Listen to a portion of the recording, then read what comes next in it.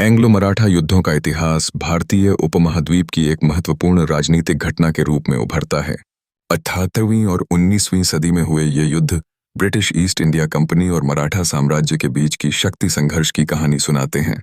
ये युद्ध केवल क्षेत्रीय विवाद नहीं, बल्कि एक साम्राज्य के पतन और दूसरे के उदय की दास्तान है, जो भारतीय इतिहास में गहरी छाप छोड़ गए। पहला एंग्लो मराठा युद्ध 1776 से 1782 तक चला, जिसमें पेशवा के उत्तराधिकार को लेकर विवाद केंद्र में था। इस अवधि में हुए विभिन्न संधियों ने ब्रिटिशों को कुछ सीमित क्षेत्रीय रियायतें दीं, लेकिन युद्ध की समाप्ति ने उन्हें एक मजबूत संदेश भी दिया। पुरंदर और सालबाई की संधियां युद्ध की धारा बदलने में सहायक बनी, किंतु यह शुरुआत थी।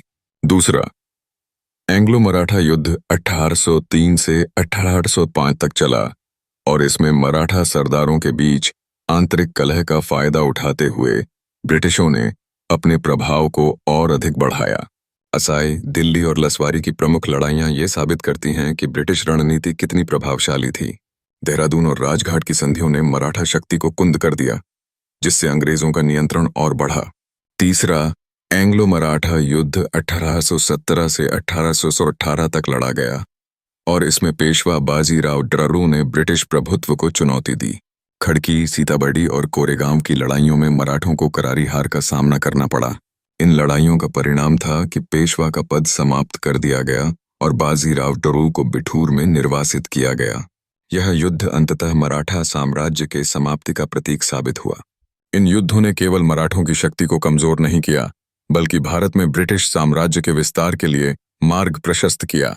एंग्लो मराठा युद्धों ने यह स्पष्ट कर दिया कि अंग्रेजों का भारत में प्रभुत्व स्थापित होना तय था। भारत की इस दुर्दमनीय स्थिति ने आने वाले वर्षों में स्वतंत्रता संग्राम की नींव रखी।